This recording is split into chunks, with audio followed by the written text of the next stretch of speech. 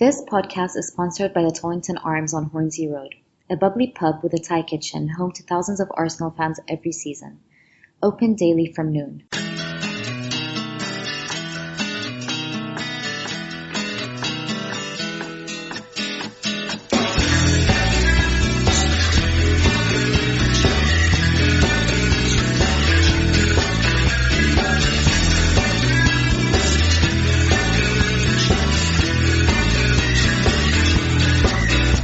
Hello everyone and welcome to another edition of the Gooner Ramble. I'm your host Cookie, or James, whatever you want to call me. I'm happy with either. Tonight I've got a couple of fantastic guests on the show. We've got regular Clive. Clive, how are you this evening? Yeah, I'm good. As cheery as I can be. We'll see how we go tonight. And Akhil, I'm hoping you're not still hungover after what was, well, you know, I can understand you drowning your sorrows yesterday, but yeah, how are you, mate? Yeah, I'm alright. Certainly drown my sorrows. I've been struggling most of the day. But all things considering, I'm okay. I was actually a lot worse on Tuesday night, to be honest, but I'm sure we'll go into all that. Yeah, definitely. Well, Arsenal giving us a lot of reasons to indulge in a few beverages now and then. And our final guest, David, formerly known as TheGoonerholic. How are you tonight, mate? I'm a lot better than I was last night, it has to be said. I was in the Akhil school last night. So, yeah, but we've had plenty of Dutch courage and cheered up a little bit.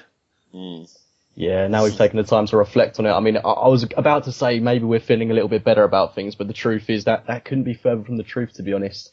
Clive, I'll come to you first. It was pretty horrendous yesterday, I'll be brutally honest. It was probably one of the most frustrating performances from Arsenal that I've seen, well, in a couple of days actually, considering that loss to Watford. But it's the fact that we've seen that performance from Arsenal time and time again, and it epitomises everything that's wrong with us over the past couple of years. It was heartbreaking yesterday in a way. And I'll just open up the question to you. What do you think went wrong? Well, that's a big question to start with. I think, you know what? Why do we do it to ourselves? Right? I mean, that's the first thing that comes to mind, because every time we're about to play Chelsea, I always think we're going to win. I don't know why. I just think we're going to do it. And I think we're going to pick the right team. I think we're going to be more competitive. And then we get there. And although we started the game quite brightly, I was really pleased to see the slight tweak in formation at the start with Ozil left and Iwobi inside and playing the three-man midfield. We pressed them high, and I'm thinking, this is great. I was really excited. We've actually made an adjustment for the opposition. We've made a tactical change and changed how we play. And I was really quite excited. And then the game started to unfold, and you just sort of realise that we are not at their level, either technically or physically. And that's quite hard to say, because you always hold your team up as the best team in the world in your own mind. But then you see another team that's more drilled, look better coached, look stronger, look as fast. They had a plan. And then you see us. We can see the goal. We change shapes. We chase the ball. We're naive. And I'll tell you what, that's why it hurts. It still hurts today. You know, because we didn't look elite. We didn't look like an elite football team. We didn't look like an elite football club. And, that's what really hurts today. You know, we're going to lose games. We'll always lose games. But that was like a message to say, you're not on our level. And there you go. Go away. Go home now. We're going to go on and win the league. That's how it felt to me. Yeah, the most bitter pill to swallow for me was, as you say, they were so much better than us. They were on a different level. And the most saddening thing about that is the fact we put free passing at the Emirates, and, you know, that it was kind of the stark contrast performance back then in September to what it was yesterday. It was really, really horrible to see how far they've gone ahead of us in a matter of months, really. Akhil, as Clive mentioned, we did make quite a few tactical changes going into the game. We saw Mesut Ozil line up on the left, along with Alex Iwobi, and we had that very fluid front three that we've seen at the start of the season, really, with Alexis leading the line, Theo Walcott up top. But funnily enough, Alexis Sanchez and Theo Walcott registered 0 shots in the game yesterday. Do you think they were the right tactical changes, or not for you? Well, Alexis didn't even have a touch of the football in the opposition box. That kind of just sums up his game. I mean, Yes, I think they were the right changes in terms of. I mean, we've talked on this podcast, we've talked on a few, because we've been. Let's face it, the last sort of 5-6 games since that Man City game, we've been kind of building up to this Chelsea game, and I would be a massive hypocrite if I said no. We tactically we actually got it wrong, because it was something I agreed with. Pack that midfield, play 3 in there, put Ozil wide if you're going to play him, and just make yourself a little bit harder to beat. What was probably the only thing from the day that we were quite unlucky about, because I think there wasn't much about luck yesterday. It was, as Clive said, we were just beaten by a better team. But the bit where we were unlucky was once we've decided that we're going to change it and tactically play 3 there, having no players to play there pretty much, that's unlucky. Yeah. Because you finally made a choice to say, okay, you know what, we are going to change it for Chelsea, we are going to change it for the opposition. Then you look at your squad and think, a little bit difficult right now. El Neni, Ramsey, Santi, all out. Because if everyone was fit, the midfield would have been totally different. Xhaka is, of course, suspended. Suddenly, you could have added a little bit more in there. But you had Alex Iwobi, who probably hasn't played in that role much. Yeah, he's played number 10, but he hasn't really played in that role. Alex Oxlade-Chamberlain, of course, has played in it a few times. And actually, I thought Alex Oxlade-Chamberlain was the one player who actually showed some heart. And I thought he really seemed like he really cared. But yeah, so I think it was the right choices. I just think, because due to a little bit of unluckiness from the injuries, I wouldn't say Xhaka's unlucky because that was his own doing, but it was unfortunate that kind of, that once we had decided to make the changes that happened, but there was nothing else unfortunate after that, I'm afraid. So, yeah. Yeah, no, I think you've summed it up pretty perfectly there. I mean, we spoke in the pub not too long ago, and I saw you a couple of weeks back, that we should go into this game lining up with 3 in midfield. We spoke about that. That's what I was thinking. Attack. We could potentially go with the front 3 of maybe Welbeck, Fiel, Walker, Alexis Sanchez, then that middle 3 of Coquelin, Ramsey, and whoever in there. So I mean, probably, exactly. But unfortunately, our £35 million signing went and got himself suspended for what is arguably our biggest game of the season. So that's a bit of a downfall on our part. But David, I don't know what you made of the game. Was it the right team lineup for you? I think the idea was to surprise Chelsea, because I don't think they would have thought for one moment we would have gone with a 4-3-3.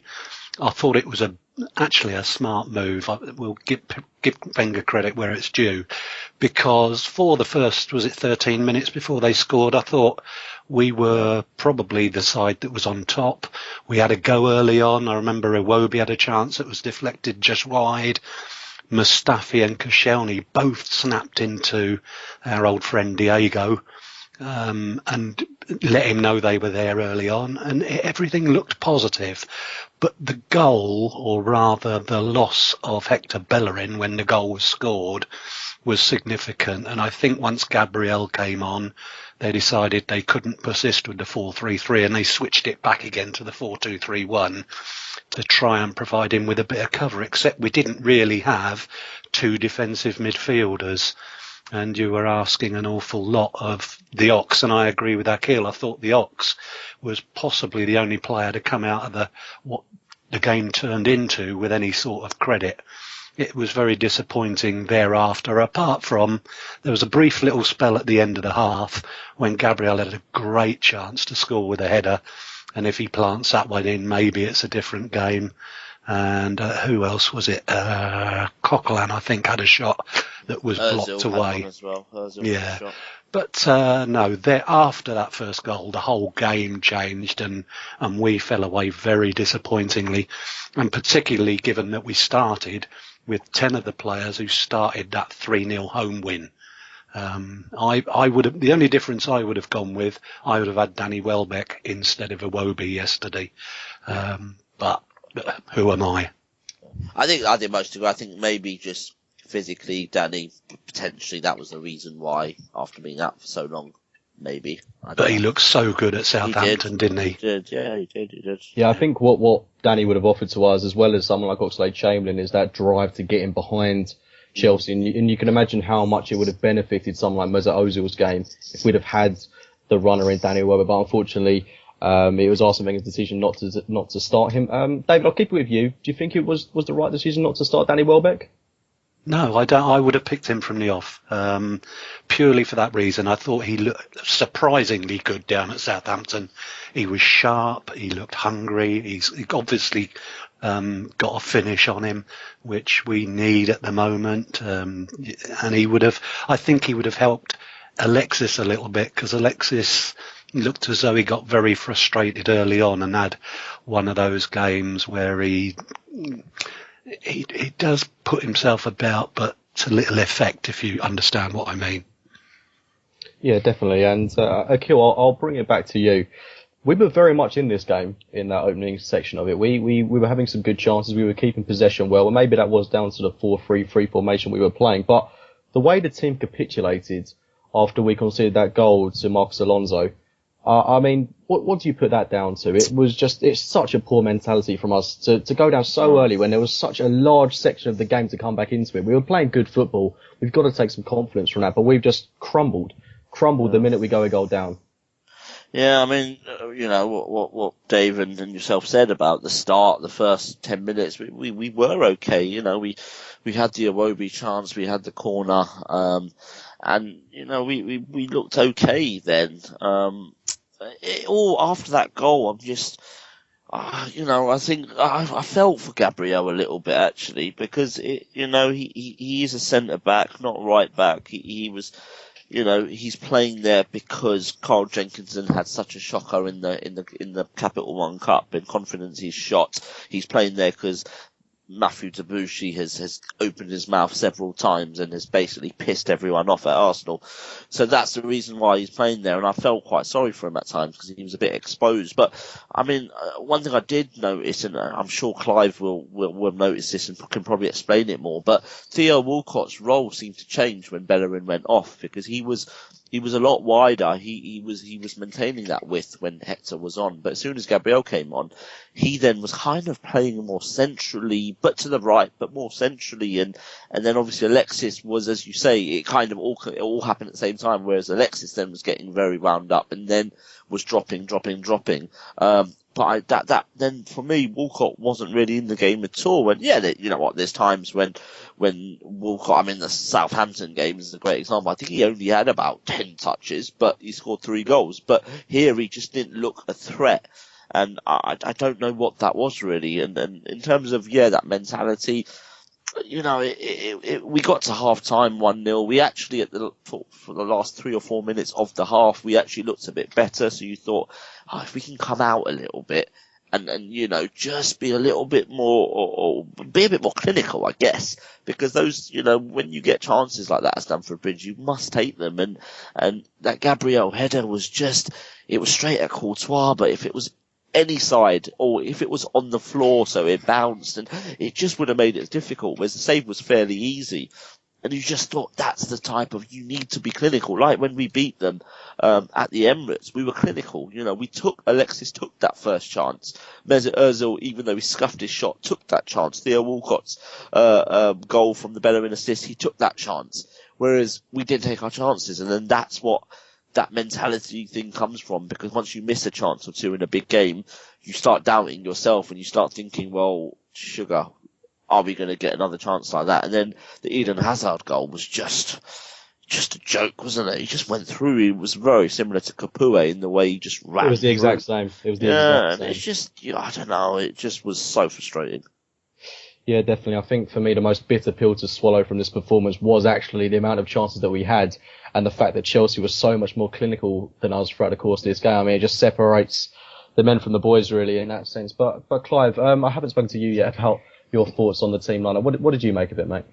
Yeah, the team was, I sort of suspected he would go with Iwobi, just because he's, Danny's just come back. But I would have liked to see Welbeck start. Just because, and he showed it when he came on, he's just so assertive in how he plays. As soon as he got the ball, first touch, he just got it, ran up to Marcos Alonso, and just ran past him. And I hadn't seen that for about an hour in the game, where an Arsenal player took on somebody and just made them step back. And it was quite interesting that Conte didn't mess about. He brought on Zuma quite quickly because he recognised that Welbeck's power was starting to have an effect. So it was a miss, and I thought he was being saved today, but it's not the reason why we lost.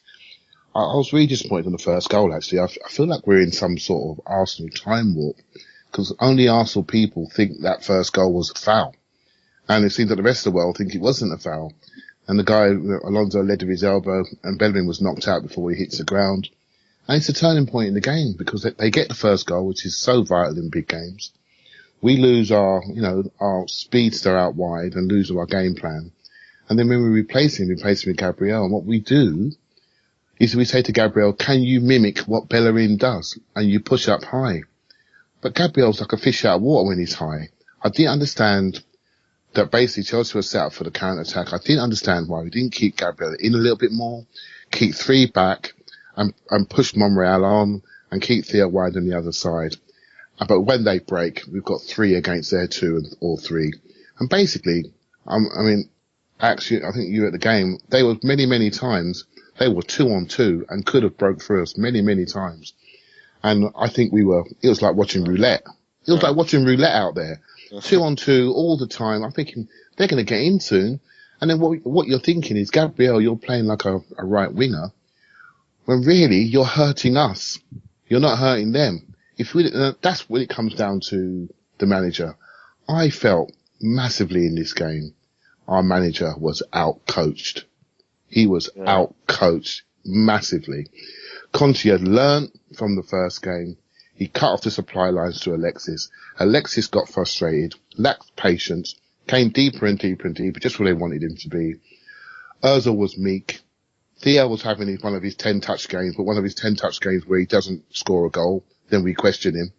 Then we question his assertiveness, and he looks passive.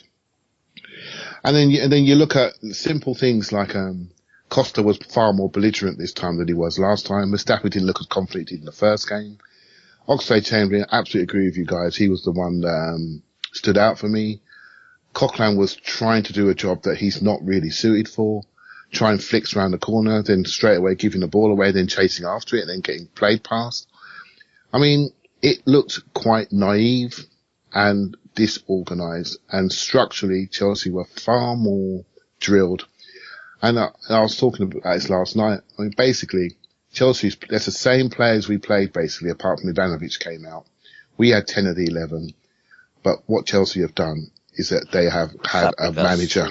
Yeah, Fabregas. But basically what they've done is that they've got a system they all believe in. They all know where to stand. They all know what to do.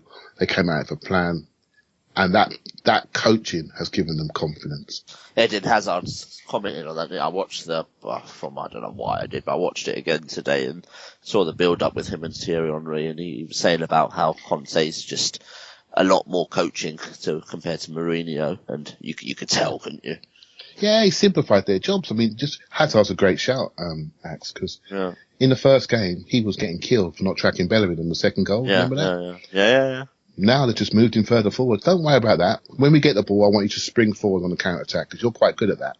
And when you get it one-on-one, take on your man and create havoc. So he's now doing all the things he likes to do. Yeah, because he's enjoyed himself so much, he was getting back as well. Completely transformed. What the manager's done, he said, I know what your strengths are. I'm going to have a team shape which allows you to do what you do best. And Is not that put you in situation. Is that what we try and do with Mesut Ozil? Well, what do we do with it? What do we do there? We don't quite, give him the tools, and we don't give him the tools. We don't give him a plan. We don't give him the same plan. We tried it yesterday, but as soon as they scored, we changed shapes again. And all that did was make us look like we didn't know what we were doing. We flipped systems, and once that happened, we were done. We were toast. Yeah, no one seems to really have defined roles in this team, and that's probably the most worrying thing about it, is that Wenger seems to go out there jumbling 11 men together and saying, look, you go out there, play the Arsenal way, and hopefully we can get something out of this game. There seems to be no game plan, whereas Conte, and it's kind of, I'm a little bit envious in a way with Chelsea, is that they've got something to believe in, whereas we really don't have that. This is the same type of football that we've been seeing from Arsenal for the past 5 years. It's the exact same style that we've kind of deployed when we had the likes of Yossi Benayoun and Sebastian Squillaci. As hard as that is to say, that is kind of in a way, the reality of it at the moment. But Akhil, staying with you, that first goal, we've got to talk about it briefly. For you, was it a foul? I've sort of watched it a few times now, and I think, to be fair, both players had their eyes on the ball, and when you have your eyes on the ball, then I think more times than it's not a foul. I mean, it's a tricky one. I mean, I'm probably closer to saying it wasn't a foul than it was a foul. But I do think if that was Petr Cech or any goalkeeper going up for that, obviously it's a bit different because you can use your hands. But if it was a goalkeeper, that would have been a foul, because if it's on a goalkeeper, it seems to automatically be a foul. But when it's a defender, it's not, which is a bit strange. But generally, no, I think if his eyes weren't on the ball, then you could argue. I think Hector, as he jumped up, his hands were kind of by his side, and you thought if you're really showing the desire to want that header, you need your hands to get you that elevation. And yeah, there's no arguments really, if I'm honest. Yeah, my personal feeling is that it's a 50-50. It was one of those ones that had it been outside of the penalty area, then I think 9 times out of 10, maybe the referee would have given it. But I think we were unfortunate in this one. But then again, as you say, both players had their eyes on the ball. Alonso's got to it first. He's the bigger man. First of all, why is Hector Bellerin in the situation where he's having to fend off Diego Costa and Marcus Alonso, effectively doing? Well, I think Koscielny got taken out. He got dragged out by was it Pedro? And then Walcott. Monreal was too high. Yeah, exactly. Walcott didn't tuck in. No. And Hector had 2 jobs to do, and he did the right job. I mean, I feel really bad for him. Really bad. Yeah, it wasn't. The issue was the goalkeeper spent too long on his backside. He was too long to get out. And the reason why I think it's a foul, because I think he led with his elbow. I think his elbow hit his temple before he headed the ball. And I thought that's a leading elbow. That's a foul to me. I agree with that 100%, Clive. I don't understand why people are not seeing it. I just really don't. Sorry, mate. Go ahead. No, it's all right. I agree with that 100%. And the other important point to remember is that Bellerin was going backwards and didn't know what was behind him. He just knew he had to make an attempt for the ball. Alonso was going forward, knew Bellerin was there, and he smashed him. I'm convinced, he took him out knowing it left him a free header. Yeah, that's a free one. I was surprised with Alonso's reaction, though. I was kind of watching him after just to see, is he actually going to go and check if Bellerin's all right? Because, we are talking about a guy that is guilty of manslaughter there. So, anyway, let's not get into that one. David, I'll stick with you. Obviously, despite the deficit, the biggest loss for us was probably Hector Bellerin going off the pitch. For you, how much did that affect our play? Hugely, absolutely. Gabriel has had an unfortunate week because actually when he's played the 2 or 3 games at right back before this week, I don't think he's done a bad job. But on Tuesday he was a weak link against Watford, and yesterday when he came on, to ask a second centre-half to play at right back up against Eden Hazard, who's arguably the best player in the Premiership at the moment. And Arsene knew as well, hence why we had to revert back to a shape. Although we didn't have 2 defensive players, he tried to make 2 out of Coquelin and the Ox. And be frank, it just exposed us completely down that flank. But it was funny that when the second goal came, and obviously it was Hazard, but it wasn't down that side. It was just straight down our hollow middle. But that's another point entirely. Yeah, definitely. And Clive, I'm going to bring the topic back to you. Mustafi has played right back countless times for Germany. In fact, he's known for playing as a right back in Germany. Why do you think Arsene Wenger is persisting with playing Gabriel there as opposed to Mustafi? Do you think he's trying to gel that partnership with Laurent Koscielny, or do you think it's just pure stubbornness in that one? I think I don't know. I've always said that Mustafi should have played right back. There's a different profile to a right back. You've got to have, when you go into a tackle, you've got to go in with your legs bent. You've got to learn how to adjust your feet. You can't be so straight-legged, straight back. You've got to have that agility, that compactness. That's what fullbacks are. They're not the same as centre-backs. Unless you're Tony Pulis, right? You're not the same as centre-back. So basically, I've always felt, and also Mustafi, he is a bit of a footballer. He can play. He's He can quite drive. progressive. He can cross. So we don't lose the attributes by having him there. And I think because Gabriel, when he first came in the team, he lacked a bit of match sharpness and he was a bit in and out. And when he went to right back, he got better and better and better just by playing more minutes. And we don't miss Hector when we go 1-0 up. We don't miss him. When we go 1 or 2-0 down, then we're looking for a proper right back to combine, engage and play football. Right backs are now ex-wingers, right? So you need somebody when the ball comes has got a variation of touch and passing and crossing. And Gabriel, that's not his job. That's not his profile. And it doesn't matter against some teams when you're 1-2-0 up, but against the best teams, you can't afford to have square pegs in round holes. Yeah, definitely. And it's a disappointment in that sense. And hopefully Hector Bellerin won't be out for too long, wishing him all the best. And you do have to feel for Gabriel playing in such a demanding role in a position that he's not familiar with. But just averting that topic slightly, going on to two of our biggest named players who certainly came under the spotlight yesterday in the names of Mesut Ozil and Alexis Sanchez. Akhil, I'll come to you on this one. What did you make of their performances in this game? Well, they are our star men. Both are hoping to get. Well, we want them to obviously sign new contracts and all that. But yesterday, really, they certainly went missing. They're obviously two very different sort of players. With Alexis, even when he's having a bad game, he'll still put in effort. You'll still see him demanding the ball, and all that. With Ozil, you just think he's sometimes goes missing a little bit.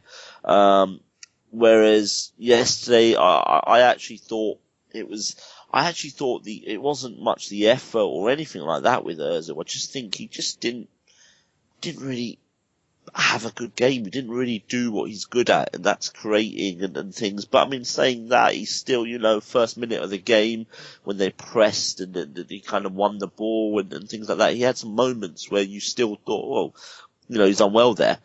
But generally, I just, you need your big players to turn up. Eden Hazard turned up yesterday and did something to pretty much win the game for them. That second goal was decisive. And with our boys, sadly, they didn't.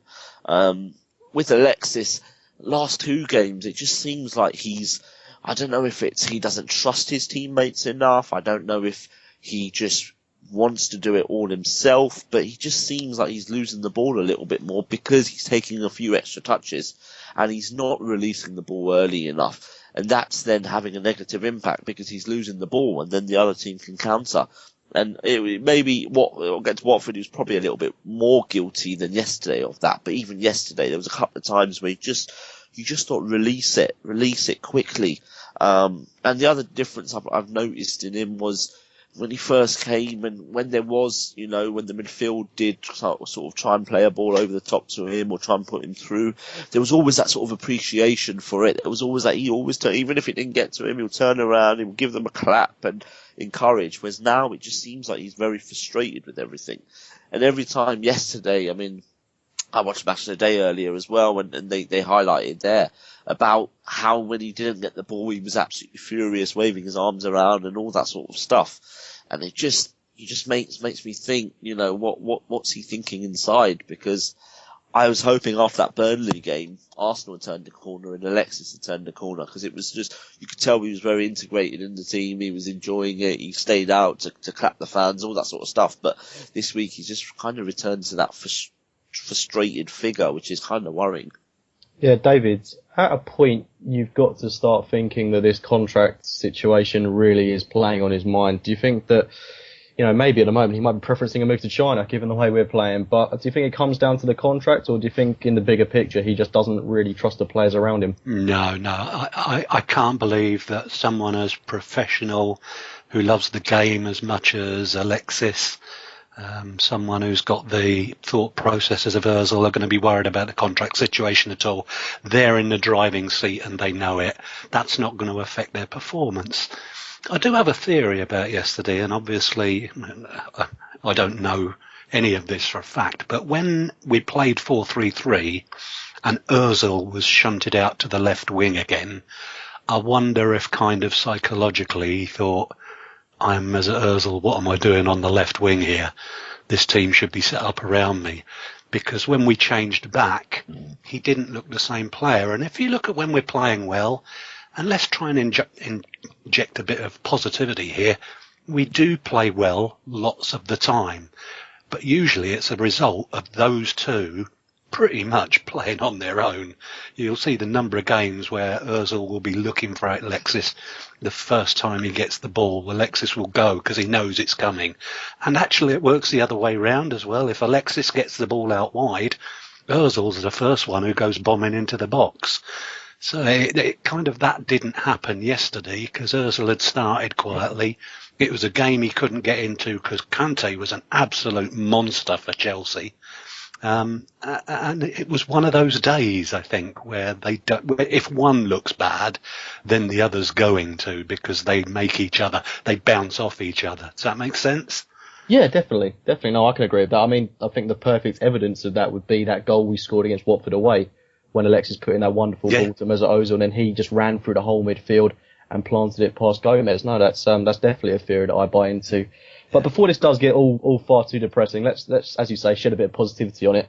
Oxlade-Chamberlain had a wonderful performance yesterday, and David, I'll stick it with you. Do you think maybe now he's starting to find himself in that midfield role, and do you see him staying there for the longevity of the rest of the season?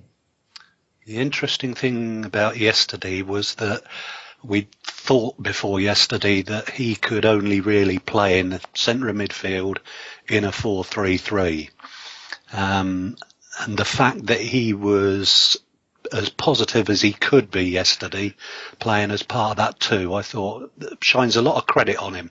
He played well in a side that was clearly struggling.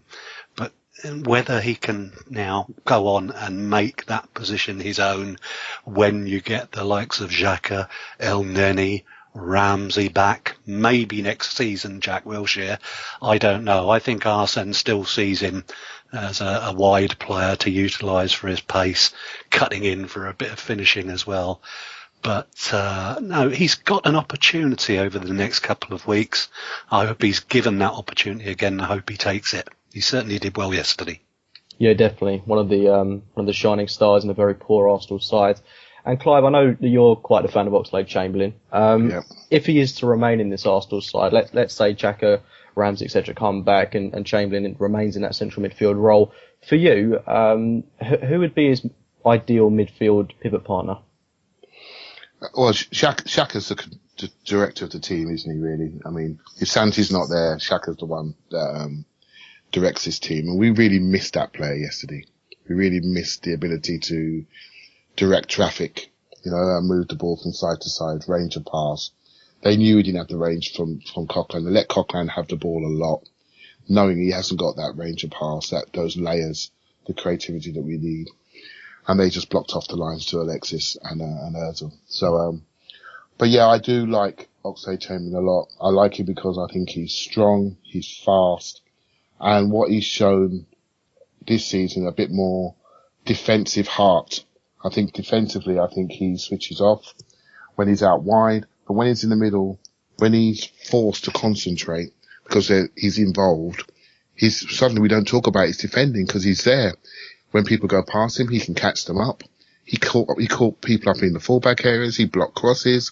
He's had a bit of time at right back. That might have helped him. I just think he's really improving. If you look at his season, it's been a success. He's had very poor numbers when it comes to assists and goals in the previous years. But now his assists and goals are getting better. And I tend to judge people in big games. Once you see somebody in a big game do well, it confirms to me that he's good enough to play there.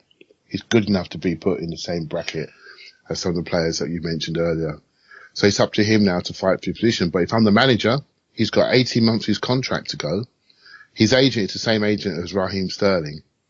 And I'll be thinking, okay, you showed me you can play left side, right side, and century in a 2 and in a 3. And I've asked you to play right back. That to me is an asset that Arsenal Football Club needs and needs to get signed on very, very quickly. And I hope we do that. No, I'm in total agreement with this. Whatever you think of him, he's such a useful asset to this team and a massive beneficiary to this squad. But I do hope he gets a chance there for a few more games to come, and I sincerely hope that he starts in central midfield in that game against Bayern Munich, where we've not really got anything to lose, and it'll be a fantastic opportunity for him if he is to start there in a position where he actually started against them not too long ago in the past. So it'll be interesting to see how that one pans out. But Akhil, just very briefly, let's have a little discussion about Petr Cech, because he came under quite a bit of scrutiny yesterday. I mean, a lot of people saying he could have done better on all of the goals, but that third one, let's just pinpoint that because it was atrocious. Yeah. Sorry, I was just going to say, I think with the third one, you kind of just put that to one side, actually, because that was obviously an individual error. It happens. It happened. It was just ironic that it happened at the club he spent most of his career at. It was ironic that he gave it to a former Arsenal captain. So I tend to put that to one side, really. It's more about his kind of overall performances this season that I would be looking at. I just think, you can talk about the first two goals, certainly. I think the second one was, could he have done better? I don't know. I think it was a bit maybe harsh to pinpoint him because, Coquelin was on his arse. There was a bit of a lucky sort of break that hit Koscielny and came back to Hazard and things. First one, for me, the first one with that Alonso header, it just seemed like the ball was in the air for ages and Cech was a little bit slow to react. And then pretty much, I just thought, he is someone who's got a lot of criticism, but Wojciech Szczesny was great at spreading his arms, and I'm kind of doing an impression right now, and I know you can't see me, but he was kind of, putting his hands out, his legs out, and kind of star jumping into someone just to get a block on. And I just thought, that first one I was a bit disappointed with Cech, and then overall... He watched it go by, pretty much. And overall his near post, he's been beaten at quite a few times, and you just think, where is Petr Cech? I mean, ironically, before the game, we were in a pub in Parsons Green, and we were talking about the last time we obviously got a result at Stamford Bridge was the 5-3, and then we kind of went through the goals and realised that actually 3 of them were at Petr Cech's near post. But maybe but he was unlucky with maybe the Van Persie one at the end. But Santos scored and you just thought, I don't know. I'm struggling to be convinced by Petr Cech. I think he's a great professional. I think he's a good guy to have around and all that sort of stuff. But I just think, has he, where is he at in terms of, has he lost a few percent? Is he, I don't know. It's just something. I think the goalkeeping situation is something to look at, kind of at the end of the season, because I don't know. It hasn't convinced me this season, I'm afraid. No, for me, he's been... he has had some good performances in fairness to him. It would be very crude of us to neglect them, but at the same time, he's had a majority of subpar performances at times, which have really been highlighted this season by, at times, a rather shoddy defence. But for you, David, is it time to finally give David Ospina a chance? Absolutely. After yesterday, I think yes. I think that's bound to have an effect on Cech's confidence. I agree with everything that Akhil said. I think his reaction time, as he's getting older, and your reaction time does get longer and longer, and he has got this propensity to lose a little bit of concentration at his near post. And he has been a wonderful goalkeeper for us. And last year, I wouldn't have left him out at all. I was surprised that Ospina was getting cup goalkeeper appearances. I didn't think he would be here this year. But the thing with Ospina is that he hasn't let us down when called on upon this year. The only kind of moment he gave us was when he went walkabout in the first half at Southampton in the FA Cup game. But other than that, he's been absolutely outstanding. He's a great shot stopper. He's still got his reflexes intact. I think we're in a position where in the last 14 league games, we are going to have to win probably 11 or 12 to be absolutely sure of getting second or third place. We don't want to be fourth because you don't want a Champions League qualifier in August. But that looks like it's going to be a tough old fight now. There's 5 points between 5 teams behind Chelsea. So We have to be at our very best in the upcoming games, and for me, Ospina is the best goalkeeper at the club at this time. Okay, and staying with you, David, do you actually think he will play David Ospina? No. It's as simple as that, really, and that just sums up. He has so much loyalty to his players, and particularly to his senior players. I'm also waiting to see what happens. Per Mertesacker is getting fitter every day, and I'm still waiting for him to get a run out at some point. Well, there's one to think about, eh? Yeah, no, it's certainly, I guess you could say an exciting time in a way with the likes of Per Mertesacker coming into the frame of things. But Akhil, Clive, I'll come to you on this one because I know this is going to be quite a broad question. Arsene Wenger in the stands yesterday, do you think that maybe had an effect on the team? The fact that he wasn't able to communicate with his players properly? Who knows? Who knows? You got me thinking about Per Mertesacker, actually. You stumped me there, Dave. But actually, it reminds me of a conversation I had yesterday online.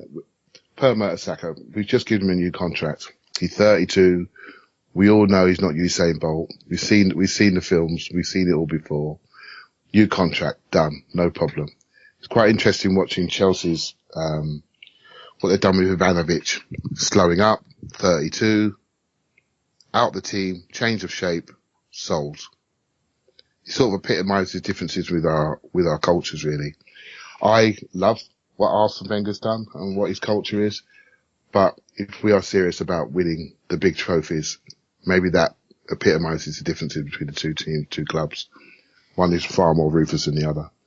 And as for Wenger, I think that Burnley game and our sloppiness in that game, in the early part of that game, has really cost us. It cost us our manager and it cost us our deep line midfielder at a time where we had an injury and we had a guy away in the African nations. It forced Ramsey to play more minutes. Who knows what alerts Ramsey was showing in the background, but he obviously picked up another injury as well. So the situation, that Burnley game, it cost us a lot more. We won the game. We was all happy, but it's really cost us. It's cost us the midfield direction, solidity, consistency. It's cost us our manager. And I think it will affect the team. I'm sure it does. He's been standing on the sideline for 20 years and they look over there and he's not there. So, I'm not too sure. He has mentioned that he will in the future potentially spend half the game upstairs and half the game downstairs. Well, it's taken him 20 years to work that out. I'm not too sure if he'll change, but, there's a lot to be said for that Burnley game. A lot to be said by the way it was managed by us as a team and by our manager, and I think it has cost us. Yeah, definitely. And Akhil, coming to you, looking at the bigger picture, it's the fact that this is the same old, same old. We've seen this again and again. We've seen that Watford game about 10 times over. We've seen this game, the exact same one, the past 5 years over. For you, with Arsene Wenger coming to what could potentially be the end of his tenure, we know he's been offered this 2-year contract extension. Do you think maybe it's time for him to hang up the reins? Well, Arsene Wenger himself has said that he will only sign a contract if he thinks he's taking the team forward, if he thinks he can take the team forward. And obviously the kind of reaction to him, I mean, he's very thick-skinned. He doesn't let sort of things get to him because he's had a fair bit of criticism from media, from fans in the last sort of 5 years. But I don't know, there was something about yesterday, and I mean, one thing is this week reminds me very much of last year when we went to Old Trafford and we lost at home to Swansea. It was kind of the week where the title was gone, and it is the same this year. I just think yesterday, sometimes I think when you're on the touchline and you're standing there, you're a bit oblivious to chance, and you're a bit oblivious to everything going on because your focus is solely on that field. And where you stand in the dugout, it's just, you're so focused and you're so in the game, in the moment, that you don't really think about other stuff. But I think in the stands, he would have, there was, the Chelsea fans were chanting, Arsene Wenger, we want you to stay, and things like that. And then obviously in the last 5 minutes in the Arsenal end, it got quite heated. There was chance of we want Wenger out, and where his position was, he was actually a little bit closer to that sort of that supporters, and I just think it gives you a different vibe. And I do think that even though he's very thick-skinned, he will have felt that a little bit. But so that's just kind of one point from his point of view, and two is, I think nothing lasts forever. Arsene Wenger, I think, will, and I think, majority of fans will, I know maybe there's a lot of frustration yesterday and today, but generally most fans would always be very respectful, will kind of be grateful for everything he's done. But as I said, nothing really lasts forever. And it is very obvious that something does need to change. And it sort of pains me to really say that, because I've always been, quite a big defender of Arsene Wenger. I've always been very supportive of Arsene Wenger. Having met him several times and hear him talk football, his passion about football, his love for Arsenal is there to see. But at the same time, and he said it himself, if he isn't taking the team forward, then what else is there? I mean, yeah, some will argue we finished second last season and things like that, but really there wasn't a title challenge. It was around March time where we had that week and we fell apart. And you can kind of, you wouldn't put your mortgage on us beating Bayern Munich.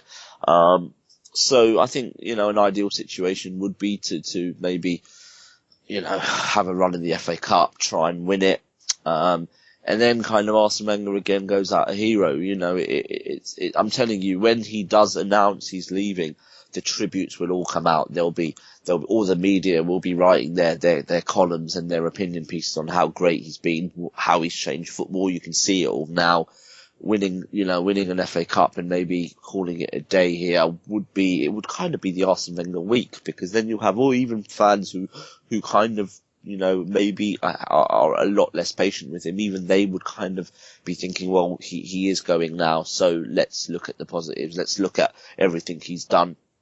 And let's, give him a nice farewell. But I just think he's done so much for the club, but you just feel that the same thing keeps happening again and again. And sometimes there's no shame in saying that, I've done my time here. Things he's done for this football club, things he's done for football in England, it's been tremendous. It's been absolutely massive. But there's no shame in saying, this is kind of me. Players have to retire.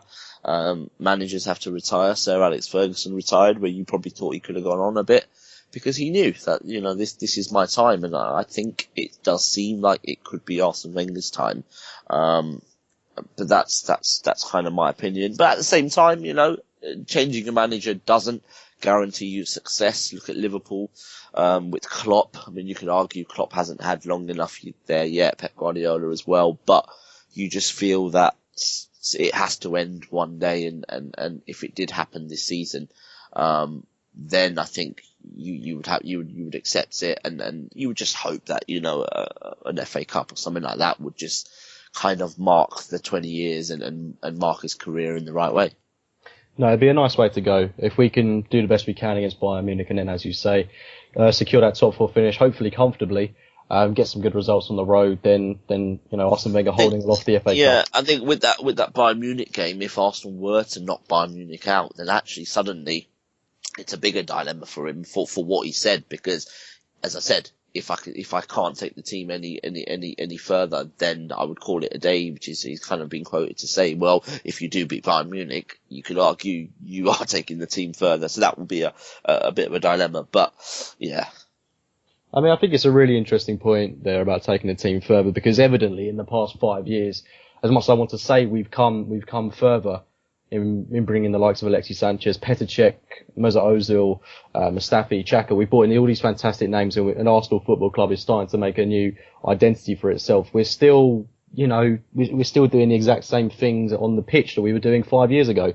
And that's the most frustrating part about this. And seeing Conte celebrate with the Chelsea fans yesterday, it really makes you want that in a way. I think the other thing is as well is you always had a bit of an excuse that, we need a defensive midfielder, or we need a new goalkeeper, we need a striker, whereas it was quite in this transfer window in January, we didn't even notice it. We didn't even notice it was closing because actually no one really cared because we thought we've got a good squad. We're happy.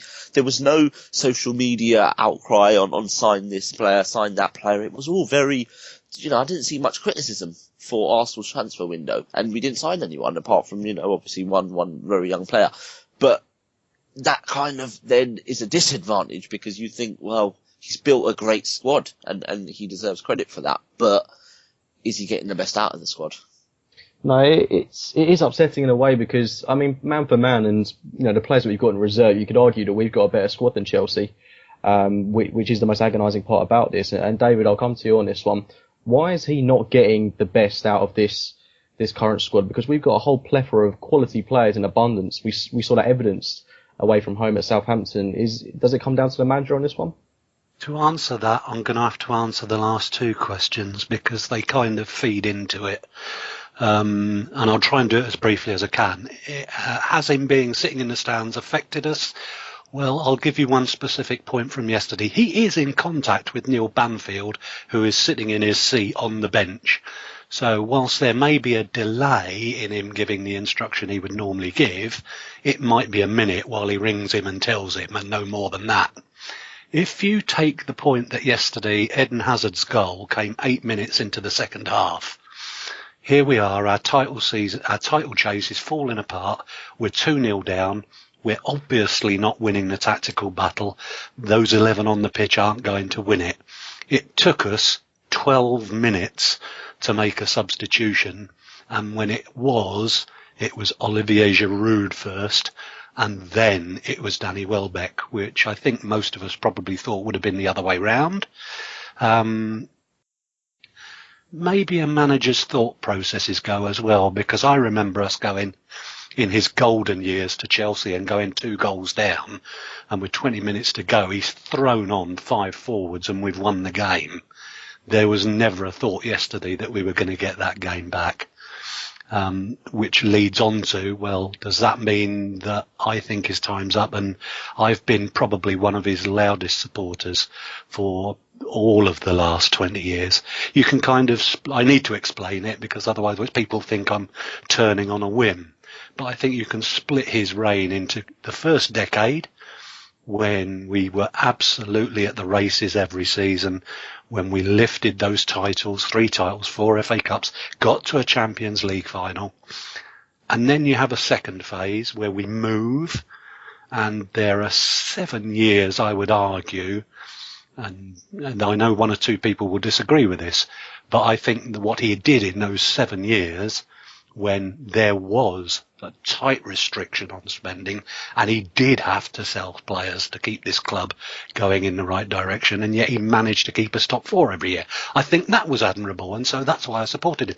I always said I think he should get the benefit of the money once it arrives. Well, that arrived in 2013 with the new deal with Emirates, with the new deal with Puma, and since then, of course, the television money has gone absolutely crazy. And everybody said, well, he won't spend it, sack him. He has spent it. He spent nearly 100 million quid in last year. And he has bought, I think, good players. And we have, as Akhil said, we think we've got a decent squad now. So you have a look at that and you say, okay, this third period of 4 years, has it been a success? Has he made the most of the money that's been available to him? Well, I think he's bought well, but it doesn't look as though he's coached well. And it's going back to that thing about reflexes going for check and maybe his mental processes not quite as sharp as they used to be. It's a theory.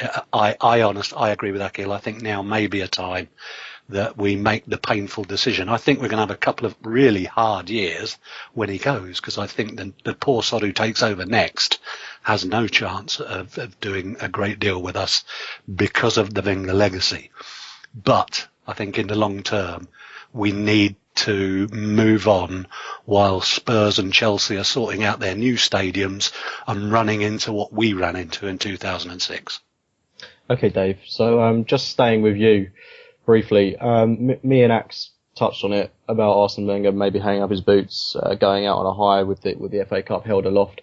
Is that something you'd like to see from him this season? I'd like him to go with the FA Cup. I'd like him to go with the Champions League. I love the man and what he's done for this club to bits. But there comes a point where you have to be practical and say, I'd love him to go with the best wishes of everybody. It's kind of, I wish he would announce it now, because for the rest of the season, there would be a much better atmosphere in the ground. The crowd would unite behind the team and behind him, because everybody would want to give him the tributes that he deserves. Akhil's right about that. Even some of the journalists, by the way, who have been having a go at him. Yeah, definitely. It's horrible at the moment when you see yesterday there was fighting amongst fans, and last season the banners at Hull away. I mean, we won't get into that, but it really is toxic. And I don't want it to get, like that again, because it quite frankly is depressing. But Clive, I'll come to you on a final note. How do you want to see it end this season? Where do we go from here? Oh, wow. So great stuff there, Dave.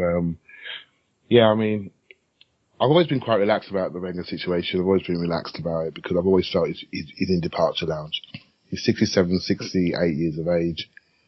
It's gonna come. It's coming very soon, right? So I'm much more concerned about our club's organisational structure and its hierarchy and the culture it has and what's going to happen when he does go. Because when he does go, we're going to have a massive people void.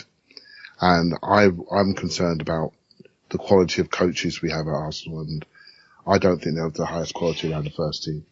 And none of us are saying Steve Bold should get this job, are we? Right? So I'm thinking, we've got Neil Banfield. I'm sorry. It's not good enough. It's not high enough quality. And I do look at my competitive landscape. Dave, you hit the nail on the head. We're looking at Chelsea. We're looking at Tottenham. We're the third best team in London right now. That's what we are. Tottenham are about to build a new stadium. Their revenues are going to be up with ours very, very shortly. Chelsea they're going to get a £500 million stadium.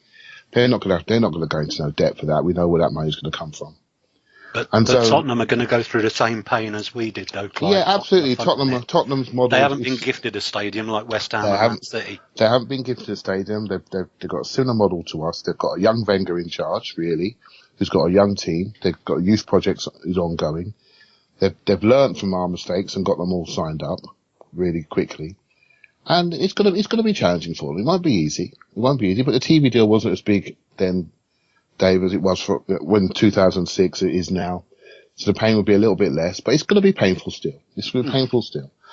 And Wenger's done a fantastic job at positioning Arsenal at the top level of the game. I think it's an unbelievable job. And I think that sometimes feels like the height of our ambitions. To be positioned at the top level, to be competitive. We are incredibly consistent. In fact, the consistencies are almost, they're mind-numbing. Even the way we lose to Chelsea is becoming consistent. It's the same game, right? The season's becoming consistent. We had a 3-0 Man United last season, great day. We had a 3-0 Chelsea this season. We all got our hopes up. And where we are back in February again, we want to kill ourselves, before Champions League game. We've been here before. We've all been here before. And it feels boring. And I think a lot of the fan base are just bored. A lot of the media are bored. You heard my bored of Wenger thing before. I think people are bored of the same things happening. And they're searching for something different. The day after losing to one of your hated rivals, it may not be the best day to be subjective, but I do feel something about this game really hurt me was the fact that we were out-coached. We were out-thought. Our manager was clearly out-thought. And that makes me question him more than I previously have done. And so I'm edging towards that way. But it's coming that way anyway. And I think I've got a strange feeling something's going to happen. I know he's got a contract on the table, but I've just got a strange feeling something's going to happen. He's not going to go through it.